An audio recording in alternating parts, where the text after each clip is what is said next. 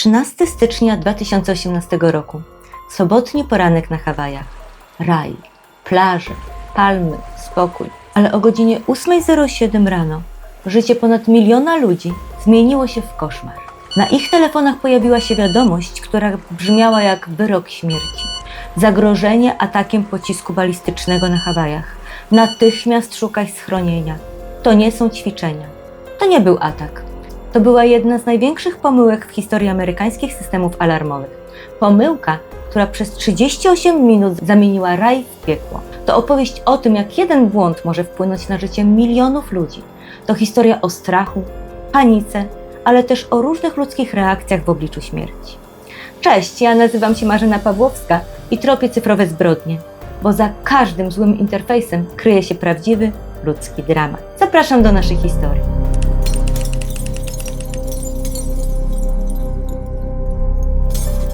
Żeby zrozumieć, dlaczego ludzie na Hawajach uwierzyli w ten alarm, musimy cofnąć się do końca 2017 roku. Świat żył w strachu przed Koreą Północną. Kim Jong-un testował rakiety, groził Ameryce, Donald Trump odpowiadał mu ogniem i furią.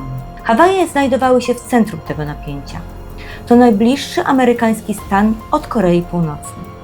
W listopadzie 2017 roku, po raz pierwszy od końca zimnej wojny, Hawaje przywróciły testowanie syren alarmowych przed atakiem nuklearnym. Ale 13 stycznia 2018 roku nikt nie spodziewał się, że test zamieni się w rzeczywistość, a przynajmniej tak im się wydawało. James jechał ze swoją dziewczyną Brendą na plażę Sandy Beach. Sobotni poranek planowali spędzić nad oceanem. O 8:07 ich telefony zaczęły dzwonić. Zagrożenie atakiem pocisku balistycznego na Hawajach. James i Brenda czytają wiadomość. Pierwsza myśl to chyba jakiś żart, ale potem widzą te same słowa na drugim telefonie. I trzecim, i wszędzie to samo. W tym samym momencie dziesiątki tysięcy ludzi na Hawajach otrzymują ten sam komunikat. Ludzie różnie reagowali. W hawajskiej agencji zarządzania kryzysowego panował chaos. Pracownik, który wysłał alert, nadano mu nawet ksywę naciskacz guzika, bo jego nazwiska nigdy nie ujawniono. Siedział przed komputerem w szoku. 5 minut wcześniej był przekonany, że uratował Hawaje. Teraz dowiadywał się, że popełnił najgorszą pomyłkę w swoim życiu. Pierwsze doniesienia były proste. Media mówiły o ludzkim błędzie, o tym, że pracownik pomylił przyciski, że alarm rakietowy i testowy alarm rakietowy były za blisko siebie w systemie. Klasyczna pomyłka, jeden klik w złe miejsce i pozamiatane. Brzmiało to wiarygodnie. Każdy z nas kiedyś kliknął nie tam, gdzie chciał. Jednak dlaczego w tak ważnym systemie można było tak łatwo pomyłkę zaakceptować? Okazuje się, że niezależnie od wybranej opcji, ekran z potwierdzeniem brzmiał: czy na pewno chcesz wysłać komunikat? Bez żadnej dodatkowej informacji. Dopiero później podczas oficjalnego śledztwa wyszło na jaw, co się naprawdę stało. O 8:05 przełożony zaczął ćwiczenia podczas zmiany dyżuru. Zadzwonił i odtworzył nagranie, które miało symulować atak. Nagranie zaczynało się od słów: ćwiczenia, ćwiczenia, ćwiczenia. Ale w środku tego nagrania, prawdopodobnie dla większego realizmu, pojawiły się słowa: to nie są ćwiczenia. 5 pracowników słyszało całość, rozumiało, że to ćwiczenia. Jeden, nasz naciskacz guzika, słyszał tylko fragment, tylko te najgorsze słowa: to nie są ćwiczenia. W trakcie śledztwa jego współpracownicy zeznawali, że już wcześniej mylił ćwiczenia z rzeczywistością. Koledzy się go bali. Mówili, że nie powinien pracować w tym systemie. Ale tego ranka nikt go nie powstrzymał. Był przekonany, że Korea Północna właśnie zaatakowała. Kliknął alarm rakietowy. System zapytał: czy jesteś pewien? Bez wahania kliknął tak. Jak było naprawdę? Przypadkowy klik, czy jednak człowiek, który naprawdę wierzył, że ratuje Hawaje przed atakiem? Jak myślisz, bo prawdę zna już tylko nasz bohater błędu.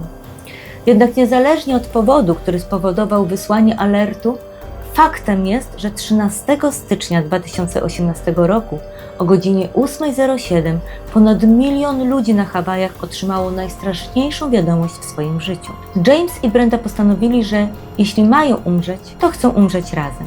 Jadą na Sandy Beach, w to ich ulubione miejsce. Morze, słońce, wiatr, raj.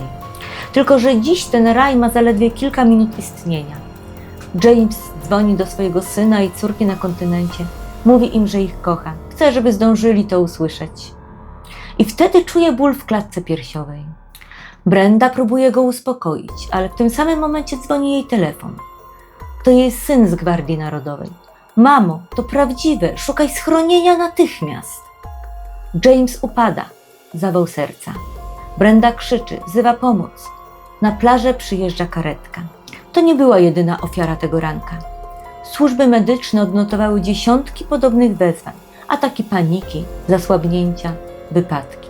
Ale w tym samym czasie, zaledwie kilka ulic dalej, świat wyglądał zupełnie inaczej. Niektórzy patrzyli na powiadomienie i po prostu nie wierzyli. Każdy przeżywał te 38 minut na swój sposób. Na Reddicie jeden z użytkowników napisał: moja mama to myślała, że telefon ma wirusa i zupełnie nic nie zrobiła. Inny: spałem całą noc.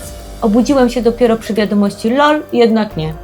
Ale byli też tacy, u których te 38 minut zostawiło ślad na lata. Jak Noah, ojciec z Honolulu. Czułem się samotny w tym, co się działo. To był niby normalny sobotni poranek.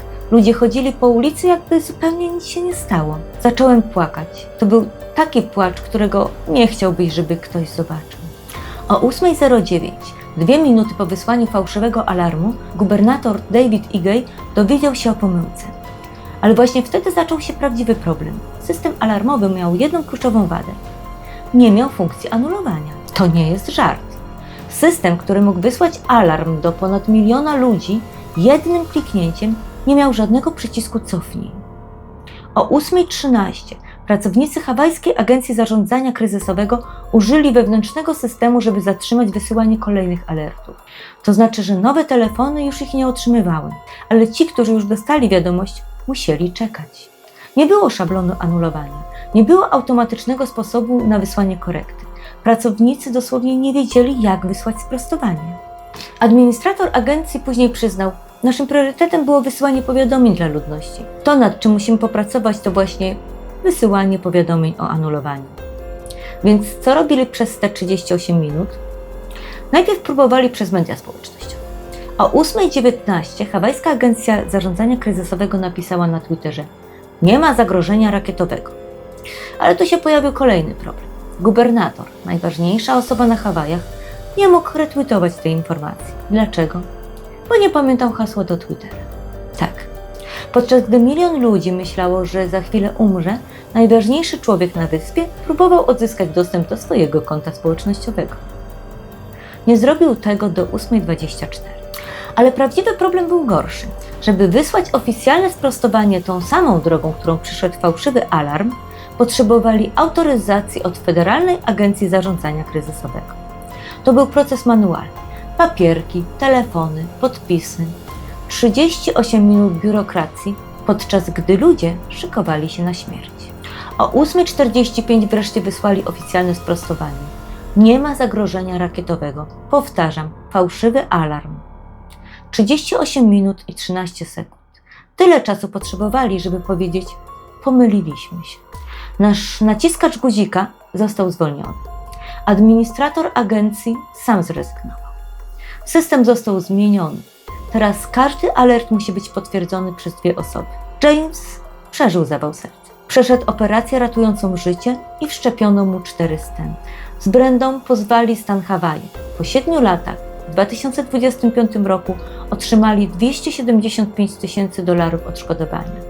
To jedyne odszkodowanie, które stan Hawaje wypłacił z powodu tego incydentu. Nasz naciskacz guzika otrzymywał groźby śmierci. Musiał się ukrywać. W jednym z wywiadów powiedział, że wciąż uważa, że postąpił słusznie, że był w 100% pewien, że atak był rzeczywisty. Fakt jest taki, że 13 stycznia 2018 roku przez 38 minut Hawaje zamieniły się w scenariusz z końca świata. Ale ten koniec świata na szczęście był fałszywy, stworzony przez jeden błędny klik myszą. Ta historia pokazuje, jak kruchy jest nasz system bezpieczeństwa, jak jeden człowiek może wpłynąć na życie milionów i jak w obliczu śmierci ludzie reagują różnie. Jedni panikują, jedni się godzą z losem, a jeszcze inni po prostu grają w golfa. James powiedział w pozwie: myśleliśmy, że mamy kilka minut życia. Postanowiliśmy umrzeć razem na plaży. 38 minut terroru, jedna pomyłka, miliony wystraszonych ludzi. To była kolejna cyfrowa zbrodnia. Tym razem, na szczęście, bez ofiar śmiertelnych. Zbrodnia spowodowana przez ludzki błąd, Bo niezależnie jaka była prawda, czy pracownik odpowiedzialny za alarm pomylił się, a późniejsza wersja była tylko racjonalizowaniem zdarzeń, czy naprawdę wysłuchał polecenia szefa wybiórczo i usłyszał tylko tą część „to nie są ćwiczenia”, fakt pozostaje niezmienny. Pomylił się i niezależnie od przyczyny tej pomyłki, system pozwolił wysłać alarm do milionów ludzi. Jeśli podobał Ci się ten odcinek, zostaw lajka i subskrybuj kanał. Zapraszam do obejrzenia wcześniejszych odcinków serii i do zobaczenia lub usłyszenia w kolejnym odcinku. Pa, pa!